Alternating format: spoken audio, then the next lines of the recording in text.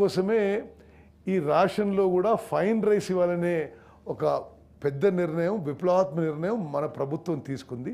అది అతి త్వరలో అమలు చేయబోతున్నామని చెప్పి మనం చేస్తున్నాం. Next question number 4178 Kalvakuntla Kavitha గారు. I put the question, sir.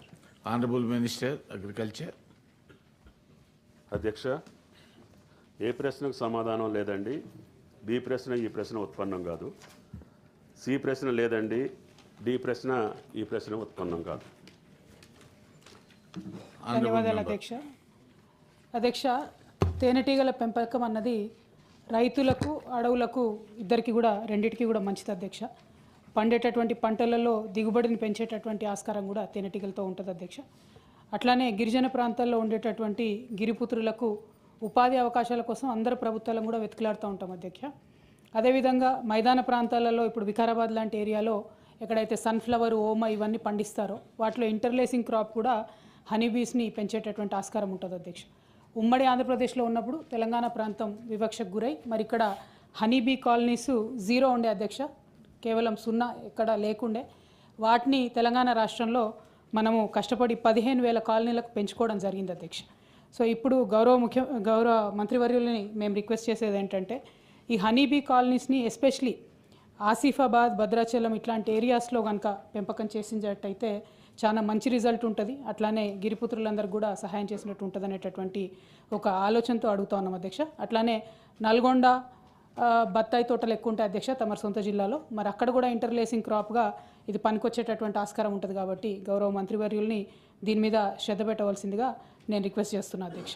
అట్లానే నేను ఇంకొక ప్రశ్న అడిగాను అధ్యక్ష, పట్టు పరిశ్రమకు సంబంధించి, అంటే మల్బరీకి సంబంధించి చేయాల్సినటువంటి సాగు గురించి అడగడం జరిగింది అధ్యక్ష. దానిలో కూడా శోచనీయమైనటువంటి అంశం ఏంటంటే మా నేతన్నలకు, రైతన్నలకు పనికొచ్చేటటువంటి అంశంలో కూడా ప్రభుత్వం మరి 16 కోట్లు బడ్జెట్లో పెట్టింది, కానీ ఏమాత్రం కూడా రీసెర్చ్ ఇన్స్టిట్యూట్ పెట్టేటటువంటి ఇంట్రెస్ట్ లేదని చెప్పడం కొంచెం శోచనీయం అధ్యక్ష. అంతకుముందు కేసీఆర్ గారు అధికారంలో ఉన్నప్పుడు ఉమ్మడి ఆంధ్రప్రదేశ్లో సాగు లేకుండే అధ్యక్ష, మల్బరీ సాగు పూర్తిగా లేదు. దాన్ని మరి 13,000 ఎకరాలకు పెంచుకోవడం జరిగింది అధ్యక్ష. అట్లానే మనము జగిత్యాలో గౌరవ పెద్దలు జీవన్ రెడ్డి గారు మేమందరం కూడా కలిసి కొంతమంది యువ రైతుల్ని మరి ప్రోత్సహించి మల్బరీ సాగు అక్కడ కూడా ప్రయత్నం చేసినాం అధ్యక్ష. అయితే చాలా తక్కువ సంఖ్యలో వాళ్ళు ముందుకు వచ్చినారు. అక్కడ అగ్రికల్చర్ కాలేజ్ ఉంది కాబట్టి జగిత్యాల క్షేత్రంగా మల్బరీ ఈ మన సిల్క్ వామ్ రీసెర్చ్ స్టేషన్ పెట్టినట్టయితే చాలా ఉపయోగంగా ఉంటుంది అనేటటువంటిది కూడా రిక్వెస్ట్ చేస్తూ ఉన్నాం అధ్యక్ష.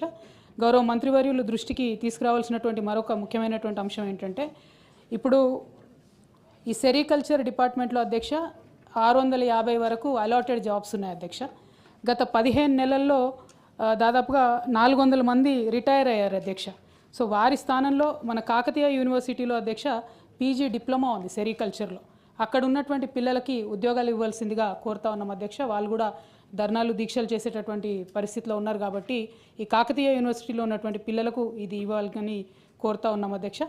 అట్లానే ఇంకొక తమ దృష్టికి తీసుకురావాల్సింది రీలింగ్ ఇండస్ట్రీ అని ఉంటుంది అధ్యక్ష. ఆ రీలింగ్ ఇండస్ట్రీలో నుంచి మనము పట్టు తీసుకోవడం జరుగుతుంది అధ్యక్ష. మీ అందరికీ తెలుసు పోచంపల్లి, ఇక్కత్తు, గద్వాలు, నారాయణపేట వీటన్నిటికీ కూడా మనకు జిఐ ట్యాగ్ ఉంది అధ్యక్ష. ఆ జిఐ ట్యాగ్ ఉన్నటువంటి ఈ చోటంతటి కూడా మనం బెంగళూరు నుంచి మరి పట్టును ఇంపోర్ట్ చేసుకుంటా ఉన్నాం అధ్యక్ష. దానివల్ల పట్టు చీరలు నేసేటటువంటి నేతన్నలకు కూడా అదనపు భారం పడుతూ ఉంది అధ్యక్ష. మేము కేసీఆర్ గారి హయాంలో ప్రతి పట్టుగుళ్ళకి 75 రూపాయల చొప్పున వరుసగా డబ్బులు ఇచ్చుకుంటూ వచ్చాం అధ్యక్ష. తమరు వచ్చినటువంటి ఈ సంవత్సర కాలంలో 8 కోట్ల రూపాయలు నేతన్నలకు బాకీ పడ్డారు అధ్యక్ష. ఆ బకాయిలను కూడా త్వరగా రిలీజ్ చేయవలసిందిగా కోరుతా ఉన్నాం అధ్యక్ష.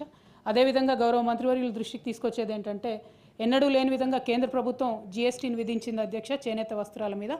దాన్ని మేము మ్యాచింగ్ గ్రాంట్ ఇస్తాము, మా రాష్ట్ర ప్రభుత్వం నుంచి జిఎస్టీని చేనేత మీద మాఫీ చేస్తామని చెప్పారు అధ్యక్ష. మరి గత సంవత్సర కాలంలో ఆ ప్రపోజల్ని ఏం చేశారు? ఈ సంవత్సర కాలంగా మరి నేతన్నలు కట్టినటువంటి జిఎస్టీకి రాష్ట్ర ప్రభుత్వము మళ్ళా రియంబర్స్మెంట్ ఇస్తుందా ఏంటి అన్నటువంటి అంశాలని కూడా చెప్పవలసిందిగా నేను కోరుతా ఉన్నాను అధ్యక్ష. Honourable minister. అధ్యక్ష, ప్రశ్న కేవలం పరిశోధనా కేంద్రాలు స్థాపిస్తారా ప్రభుత్వం యొక్క ఆలోచించి చెప్పమన్నారు. పరిశోధనా కేంద్రాలు ప్రభుత్వ పరిశీలనలు లేదని చెప్పాను. ఇప్పుడు మేడం గారు చెప్పినటువంటి పట్టు పరిశ్రమకు సంబంధించినటువంటి రాష్ట్ర ప్రణాళిక కానీ తేనెటీగల పెంపకానికి సంబంధించినటువంటి రాష్ట్ర ప్రభుత్వం యొక్క ప్రణాళిక అమలు నా దగ్గర ఇన్ఫర్మేషన్ ఉంది అధ్యక్ష, మీ ద్వారా సభ్యురాలికి పంపిస్తాను అధ్యక్ష. మీరు ఏమన్నా ఉందమ్మా వాణి గారు? థ్యాంక్ యూ అధ్యక్ష గారు. ఇప్పటిదాకా కవిత గారు అడిగినట్టుగా ఇది 2000